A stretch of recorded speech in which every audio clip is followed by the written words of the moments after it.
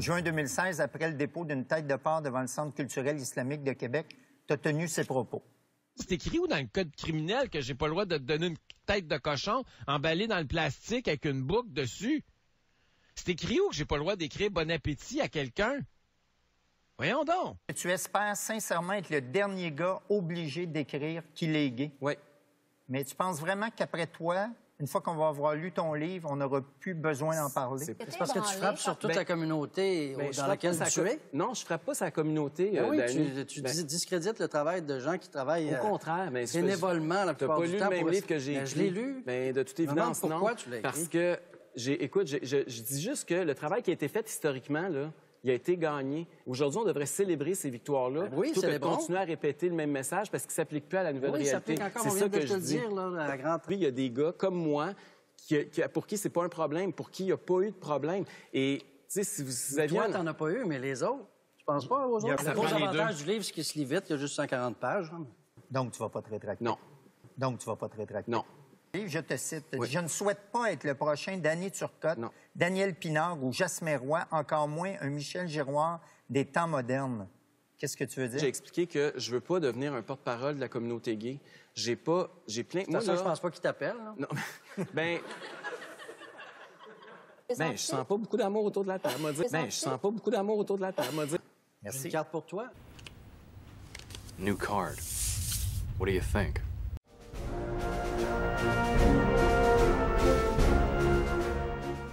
Il faut absolument parler de vos démêlés avec la justice. Oui.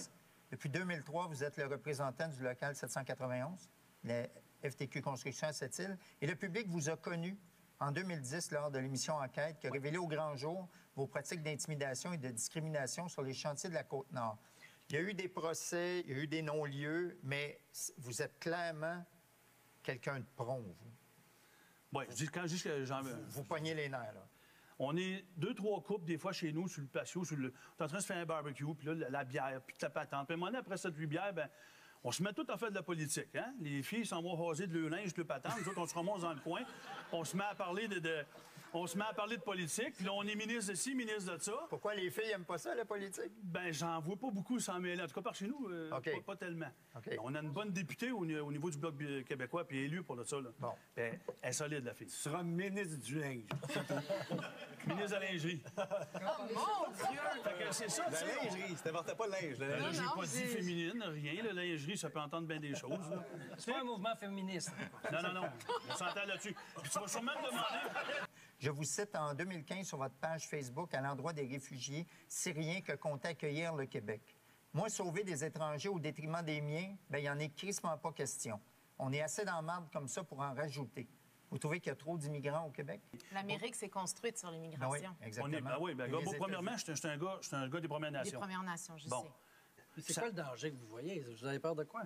Bien, ce qui se passe en Allemagne, ce qui se passe un peu partout, on n'est pas à l'abri de ça. Il n'y a personne qui peut me garantir qu'on est à l'abri de ça ici. Mais votre peuple même, les Premières Nations ont souffert de cette incompréhension-là des gens qui sont arrivés puis qui les ont vus comme une menace parce qu'ils les comprenaient pas. Puis qui sont fait cloisonner, puis qui sont fait mettre dans un coin. Absolument. Aimez-vous ça, la politique, vous? À date?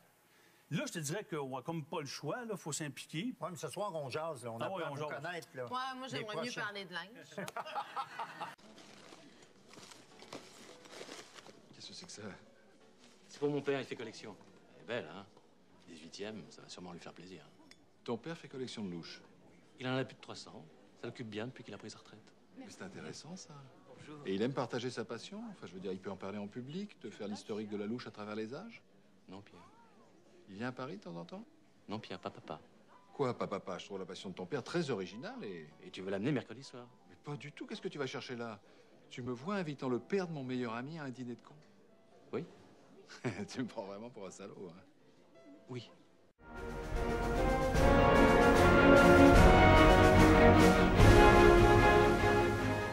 En novembre dernier, on a rapporté tes exploits de bar dans les journaux. Ah oui, c'est vrai. Tu t'es présenté avec tes petites copines au chic Super 9 Nightclub de Saint-Mathias sur Richelieu, en plein cœur du 450. Oui. Des paparazzis du site de potin Hollywood PQ ont publié sur Internet des photos de ce party où on te voit en bébé doll frencher tes amis à bouche que veux-tu et te faire taponner. Est-ce que c'est rentable, cette industrie-là?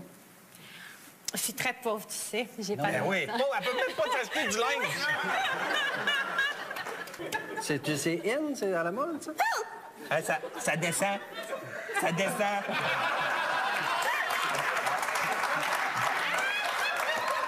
Hey, faites la rire! Faites la rire! Une fois, c'était un gars qui m'a vendu. Non! Une fois, c'est deux gars. Bon. Hey, amenez du vin. Amenez du vin. Bon, OK, on va le sortir, là. Diane, qu'est-ce qu'on boit? Alors, pour toi, entre autres, Jean-Michel, on va boire un vin australien, un Jacob's Creek Tree Vine. Il y a un mélange de truffes sauvages, de bois de framboise. Mais loin, loin. Ouais. Alors, la dégustation se passe bien? Oui, ça va. Je peux goûter? Bien sûr. Il est complètement bouchonné, ce vin. Il est imbuvable. Bon, je vais vous le changer, je suis désolé. On se disait ça, justement.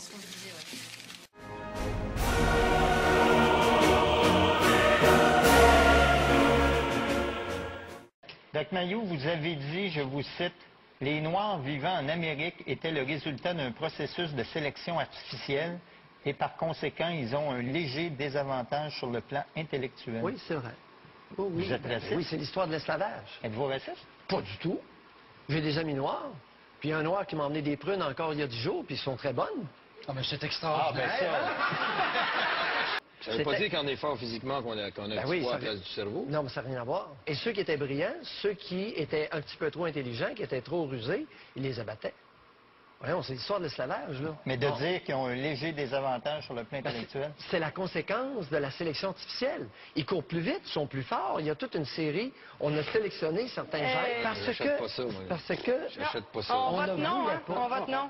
On vote non, moi, là. Écoutez... En tout cas, s'il y a des Noirs qui vous ont apporté des prunes, j'espère qu'il y en a qui vous ont lancé des tomates. C'est parce qu'il y a eu des études aussi qui n'ont pas été publiées, qui ont été remises par l'Université de Montréal. Quelles études? Des études sur... Quelles études par qui? Quel médecin? Ben là, je pourrais les amener. Je ne les sais pas par cœur, mais je les ai. Okay, je les ai dans mon sac. Ouais. C'est des études américaines. Et c'était fait sur des groupes. Et effectivement, ça a démontré que le quotient intellectuel moyen des Noirs et des Amérindiens était nettement inférieur à 100. Ils ont fait des études sur les petits barbus à une patte? Ça, t'insultes mon chum, t'insultes ma fille. Non, c'est pas dans le but d'insulter. Vous avez l'air de faire partie d'une race légèrement supérieure.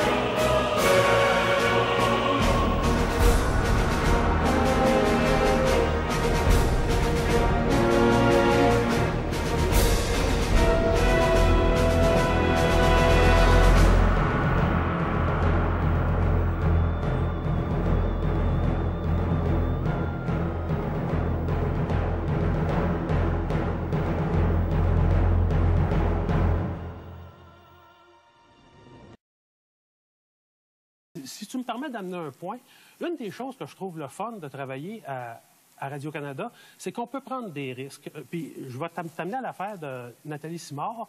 La direction de la programmation nous avait dit, nous autres, on se sent mal à l'aise avec ça, on aimerait mieux que vous ne le fassiez pas. Tu peux pas faire un gag sur Nathalie Simard quand tu t'appelles Véronique Cloutier. Tu ne peux pas faire un gag sur Nathalie Simard quand tu t'appelles Véronique Cloutier. Regarde, Richard, je te le concède, mais c'est ça l'affaire. C'est pas de pas faire un gag sur Nathalie Simard dans un bye-bye. Quand tu t'appelles Véronique Cloutier, puis tu es la fille de... Tu ne peux pas faire un gag sur Nathalie Simard. Mais pour nous autres, c'est pas si évident que ça. Parce que moi... Véro puis son père, j'ai fait une grosse distinction entre les deux. Le bonhomme, je le connais pas, puis Véro, je la trouve super fine. T'sais, pour moi, c'est deux entités bien différentes. Ça a l'air que pour le monde, c'est pas ça. Par contre, pour revenir à mon point, on s'en parle entre nous autres. C'est sa fille. Jean-François, es-tu devenu le Dieudonné du Québec? Ben écoute, à un moment donné, je pensais l'appeler pour qu'il vienne calmer les affaires. J'espère que tu n'auras jamais fait ça. L'inculpé au banc des prévenus est accusé d'avoir poussé la reine de cœur à faire une partie de croquet et de l'avoir par la suite par malice volontairement tourmenté, excité, exaspéré de telle sorte que notre bien-aimé... Non, passons ce détail. Arrivons au moment où j'ai perdu mon sang-froid. Oui, a forcé la reine à perdre son sang-froid. Alors, est-ce que l'accusé est prêt à entendre la sentence? La sentence? Oh, mais auparavant, je dois être jugée. La sentence d'abord! On vous jugera après, effronté. Mais c'est contraire à la loi. La loi, c'est moi, Jacques Perronel! Oh, c'est une belle loi, Votre Majesté.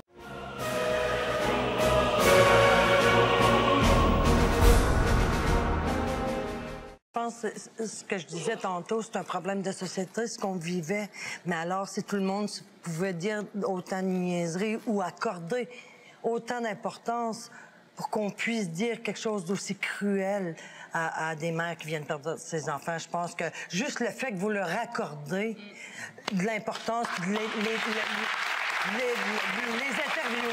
pas fort, pas fort. Attends, je veux juste contacter. Your child that you raised, you have abandoned all because he was sick and you have sinned. So say it now. I am a sinner. I am a sinner. Say it louder. I am a sinner. I am a sinner. Louder, Daniel. I am a sinner. I am a sinner.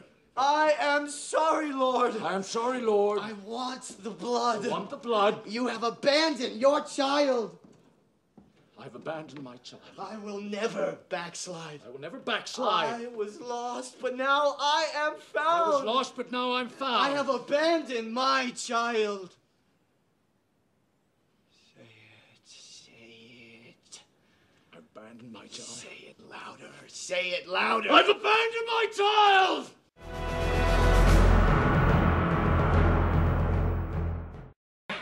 Raël, au sujet de la démocratie, vous dites... Écoutez ça, Mme Marois. Oui, j'écoute. La démocratie totale n'est pas bonne. Il faut supprimer le suffrage universel qui permet aux médiocres de prendre des décisions et créer une géniocratie où ne pourront être élus que ceux dont le coefficient intellectuel sera de 50% supérieur à la moyenne et ne pourront voter que ceux dont le coefficient intellectuel sera de 10% supérieur à la moyenne. Regrettez-vous d'avoir écrit ça?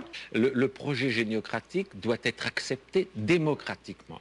C'est le passage à une étape suivante qui, contrairement à la démocratie sauvage, est une démocratie sélective. C'est donc démocratiquement qu'on décide que nous, les épais, on n'a pas le droit de voter. Brigitte McCann et Chantal Poirier du Journal de Montréal ont pendant 9 mois infiltré votre mouvement et ont écrit ce livre-là. Oui. Est-ce que vous l'avez lu? Ah ben non, évidemment. Vous l'avez pas lu? Ben non. Raël, vous annoncez la venue des Elohim sur Terre pour 2025, peut-être plus. Vous allez être mort ou très, très vieux. Vous allez profiter de l'argent de vos membres et de très jolies filles pendant encore 20 ans. C'est un bon truc. Ce genre de questions, c'est de la manipulation.